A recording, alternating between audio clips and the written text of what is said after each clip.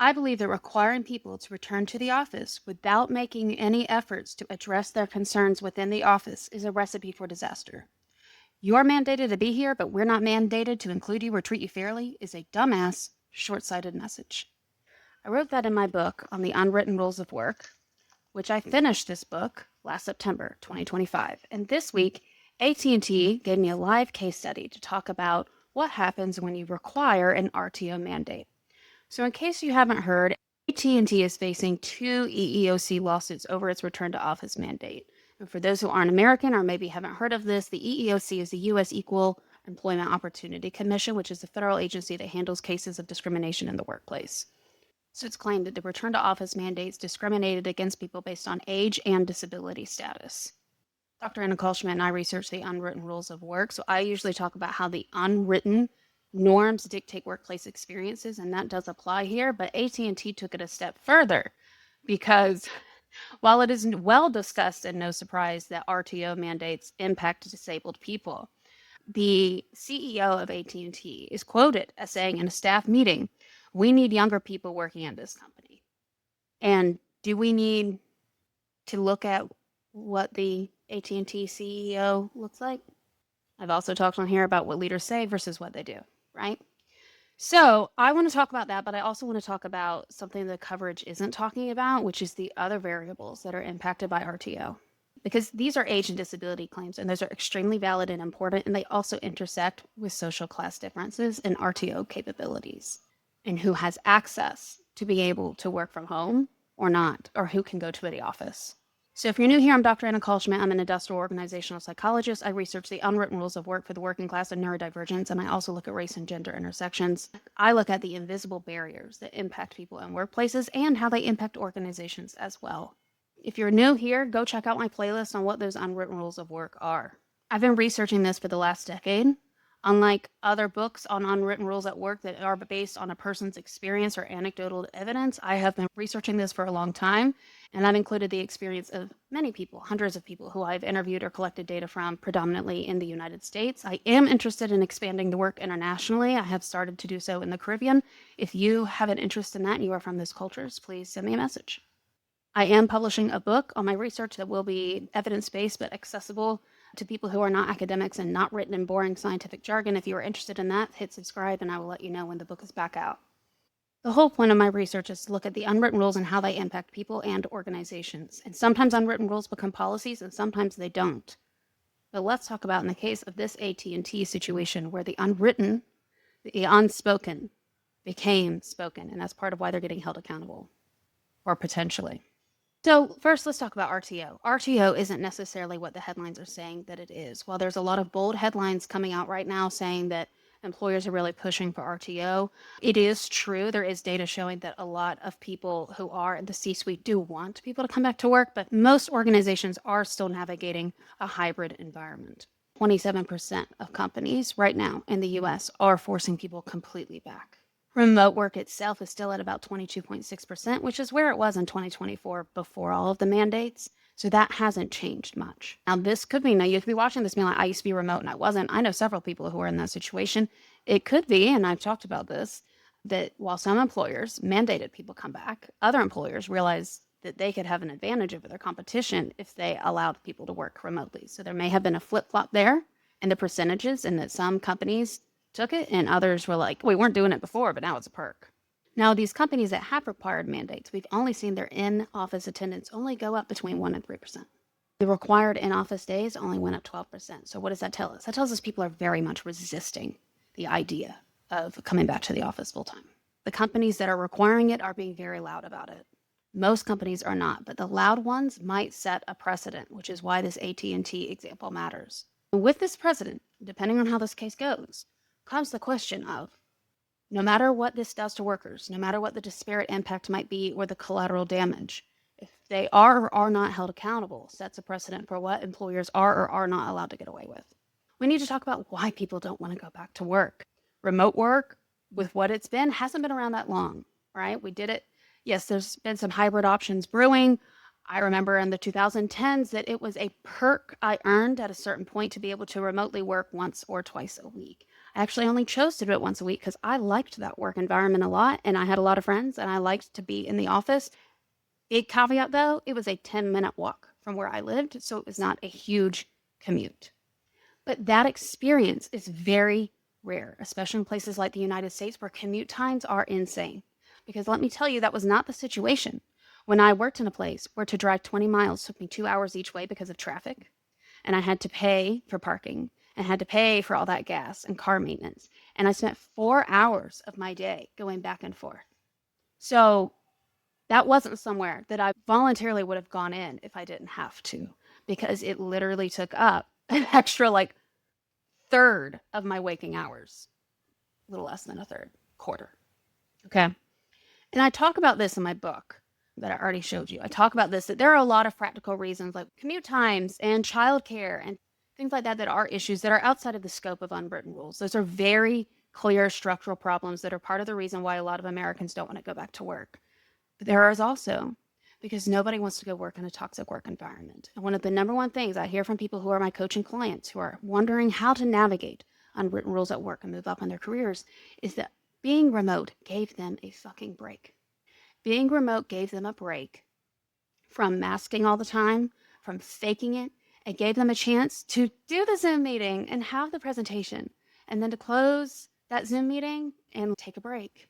And also for women, it required a little bit less appearance management. Still to do makeup, hair, etc., but you didn't have to wear heels all day. That's a big difference. And instead of the commute time to go to the job, you could just do the commute time to pick up your kid, which could be a lot closer.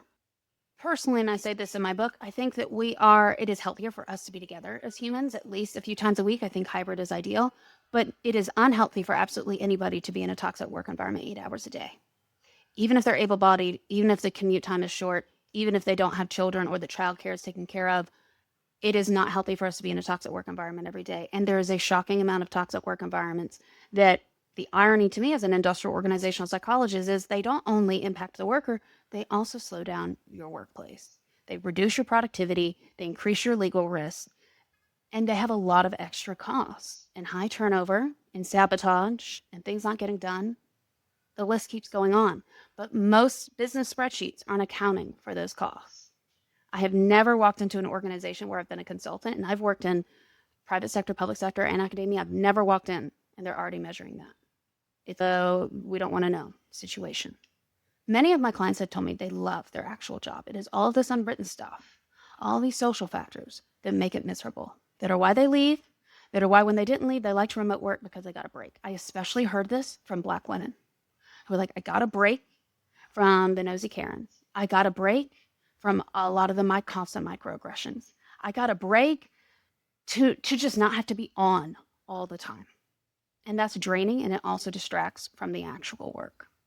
For people who are neurodivergent, they could also develop sometimes in their home, if they have the class privilege of having their own quiet space, they could also develop things that are not sensory overstimulating for them. For a lot of people with ADHD, an open floor office plan is a nightmare. They could have a quiet space with fewer distractions. They could have the noise canceling headphones, which some organizations do, but not all. And this actually allowed them to do a better job and to not be as stressed out and exhausted every day. So my point being, there were not just people benefits, there were company benefits here. Now, there are also some benefits to being in person, but again, if you have a healthy work environment. So we need to also talk about who RTO impacts. As this lawsuit is pointing out, they feel that it was targeted to push out older workers, especially since the AT&T CEO made the comment about needing younger people here.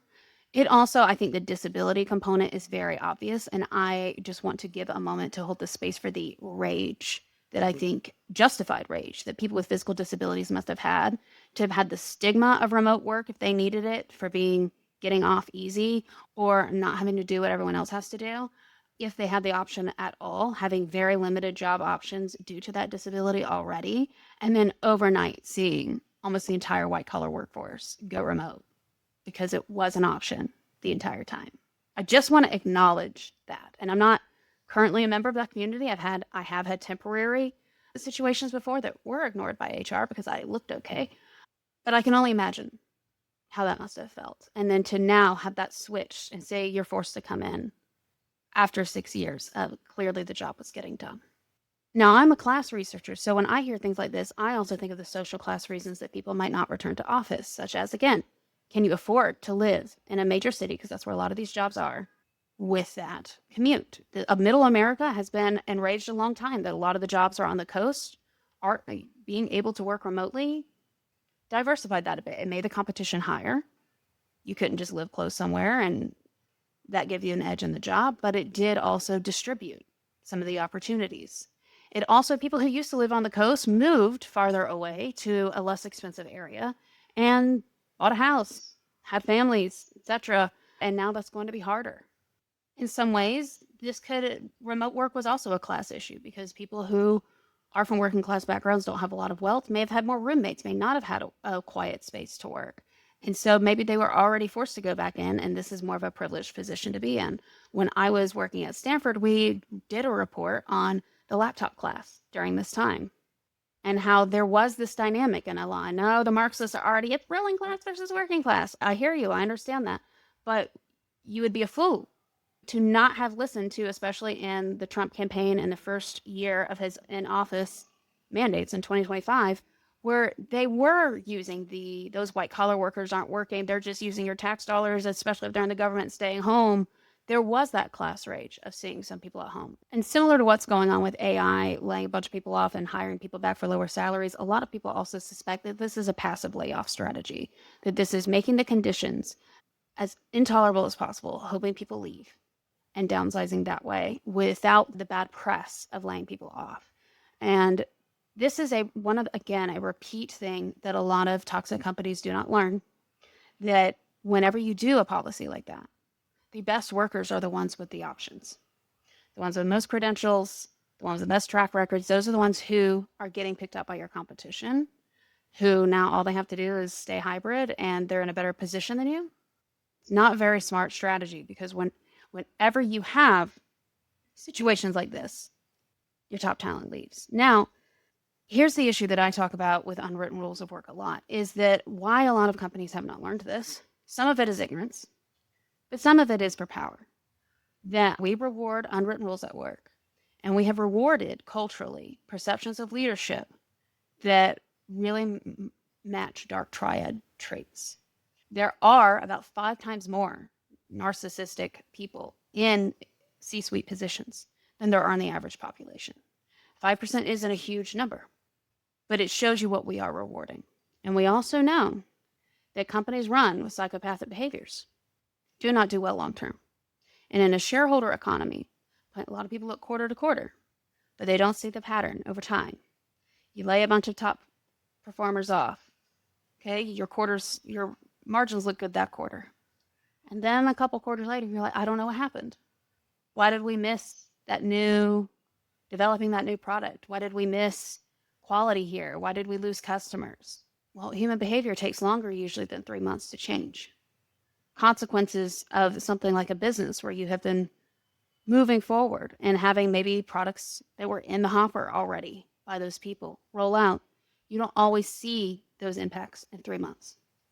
And very often, what we see is because we are rewarding the not good traits to put in power, and we're not rewarding having healthy cultures, that we see people getting intimidated by top performers, wanting them to leave, and wanting people that they perceive that they can control easily who will not be a threat to them. Now, the irony is, when you reward psychopathic behaviors, you are also promoting the person who is going to also sabotage you, because that you have conditioned them that those behaviors work. You can never trust anyone when you're a psychopath or when you demonstrate psychopathic behaviors or narcissistic behaviors. I made a video a few days ago talking about Trump shocked Netanyahu with saying that he had to promise to leave Lebanon alone. Really? You're surprised that with the traits you have and that you've rewarded that they're turning on each other? So these are things we have to think of when we can initially say, logically, this doesn't make sense. Top performers are going to leave, and realizing what is the incentive here. If the incentive is control and not performance, that may get you through a few quarters, shareholders. But we see time and time again how that does not get you through longer. I give case study examples in my book of organizations that have relied heavily on office politics and unwritten rules and how that has gone. Another book I recommend all the time is Why Are So Many Incompetent Men Leaders by Dr. Tomas Chamorro Premuzic, where he also talks about how psychopaths bring down organizations all the time. And I don't remember if it was his book or a different one that an example of that is Enron. You start running things like a narcissist and a psychopath, people, you know what they do? They commit fraud. You don't always see it in 3 months, but it happens. So there are class implications with remote work and with return to office mandates. And something that's very frustrating, and part of why I think a lot of people follow me, is class is often left out of the conversation, at least in the States. It's not a protected identity by the EEOC. It's often not discussed in a lot of employee resource groups, that there are some that are starting like first generation college students, for example.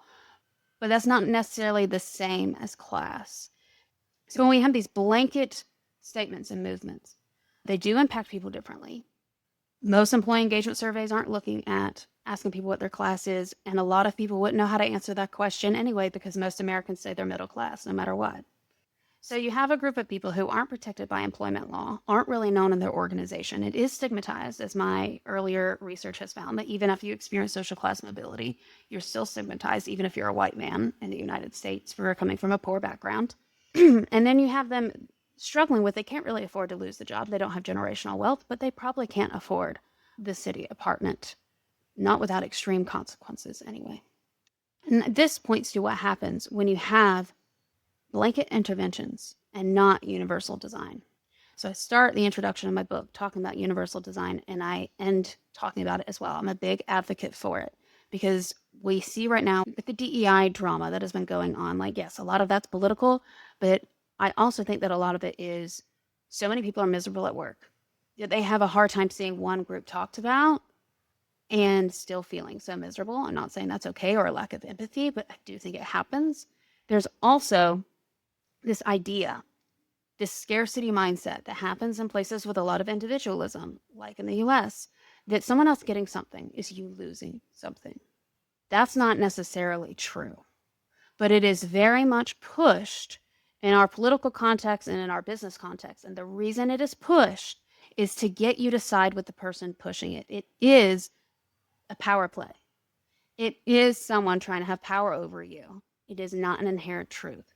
So universal design is a term from disability advocacy that talks about designing spaces that are actually made for everybody and not just the average person. Because average can be average in what? Because average is also hard to quantify. Average in what? Someone can be physically able and be neurodivergent. You wouldn't know. Are you factoring all of those identity intersections in? That's really complicated to do. So the quintessential example of universal design is having a ramp, which helps somebody else more. It likely helps people in wheelchairs the most, having a ramp to enter a building. But it does not take away anything else from anybody going into that building. If anything, it is also beneficial to people who walk, who maybe have a stroller that they're pushing up if there's a daycare inside that building and they're pushing their children in, or if they just need to run in. Movers when they're moving in. Also elevators, again, good for disabled people, good for movers as well. Just as we age, when those steps start looking a little steep, or God forbid, you get an accident and you're in a cast and you might be temporarily in a wheelchair or on crutches. If you advocate against a ramp because you don't need it in that moment, you are just setting up, screwing yourself in the future. In addition to, what are you gaining by stopping the ramp? Nothing.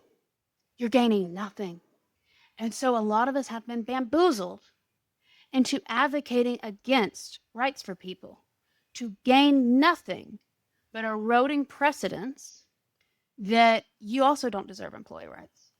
I gave the example last year with the Doge layoffs when people were saying, if you're that good federal employees, you can just get private sector jobs. I was like, y'all don't understand.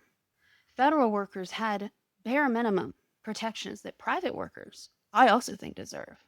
And by taking those away, they're not going to be given to private sector employees. Now that is one less thing the private sector has to compete with, and you are likely going to see layoffs and lack of benefits soon.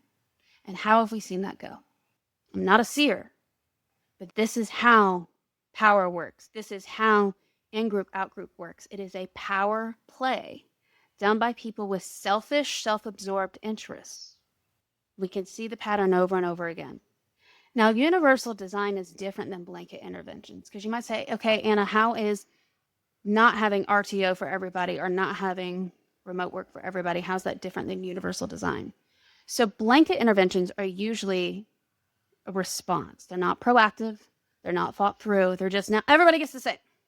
And that can be from professional standards, like requiring everyone to have straight professional hair, to things like what we're seeing with RTO.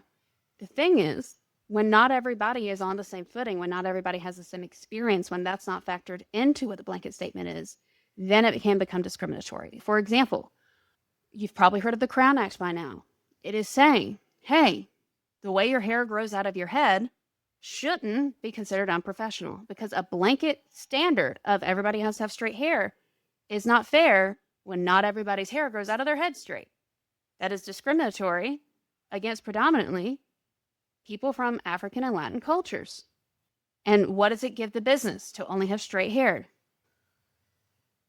You give someone control and not having to be around people who aren't white. And even then, there are, if you want to, again, whiteness is a made up thing, because a lot of Italians have curly hair. And we know the contentious history and presence debating on if they are white or not. So, blanket interventions, as I say in my book, would be like if FEMA, which in the US is our emergency management agency, responded to every natural disaster with bringing tons of water. If someone's in a fire, maybe that's a great thing. If someone's in a flood, cool, didn't help. So that's the difference between a blanket intervention and universal design. Flexible work can be used through a universal design lens. And as we say, not all companies are requiring everybody to come back. They're doing hybrid. As a lot of us discovered during COVID, while there were issues with, because during COVID, everything was closed of late. If you had children, it sucked to be at home with your kids and not have a sitter, especially, again, class differences. Some people could afford nannies, other people couldn't.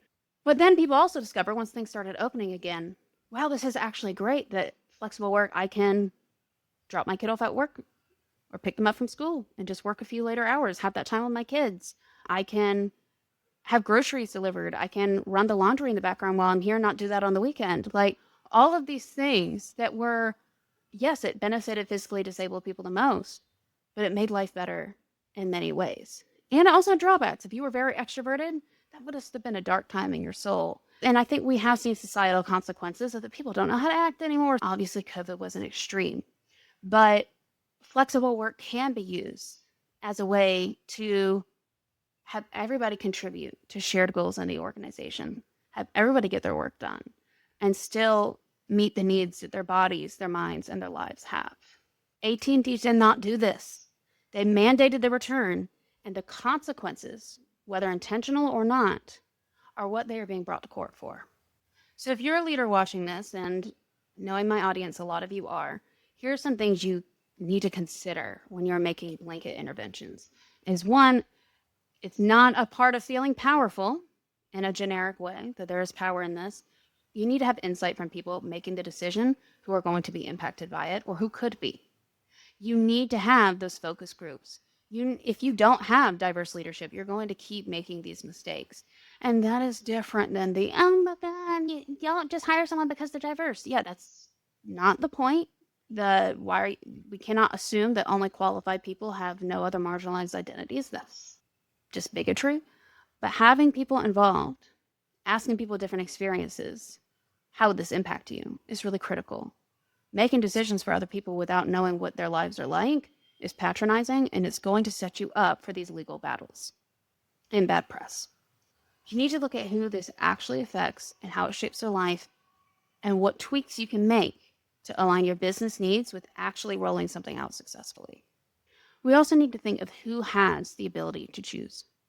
Someone who has more savings and generational wealth and connections is going to be able to leave because they don't like the RTO mandate. Someone who doesn't can't. And we need to think of, if you're not an asshole, how that impacts society. And even if you are an asshole, if the people you're retaining are people you actually want to retain, if they're actually the people who are going to drive your organization forward.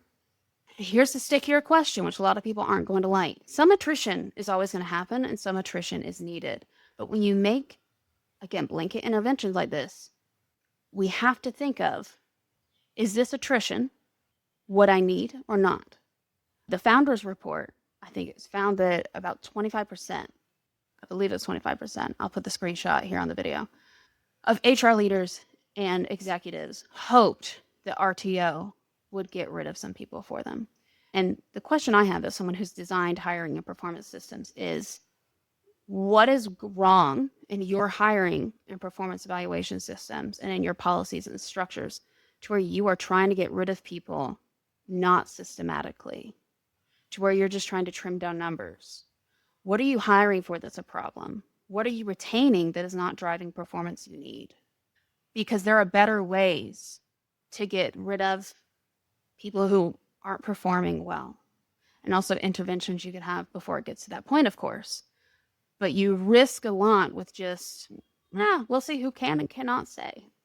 And if it is about control and it is about keeping this imaginary ideal employee who is really just someone who, likely when we think of the ideal employee as leaders, we think of ourselves, that does not necessarily set you up for success. And there are a lot of case studies showing that error, some of which I talk about in my book and others that you can see on my channel. Likely a lot of them are in my Unwritten Rules Leaders playlist as well. So the quote I opened with, the quote about you're mandated to be here, but we're not mandated to treat you fairly, and how that's a stupid ass decision, was not a prediction about AT&T specifically. I don't have any beef with AT&T personally. It's a description of what happens when organizations mistake presence for inclusion. It's also what happens when organizations mistake time and visibility for productivity.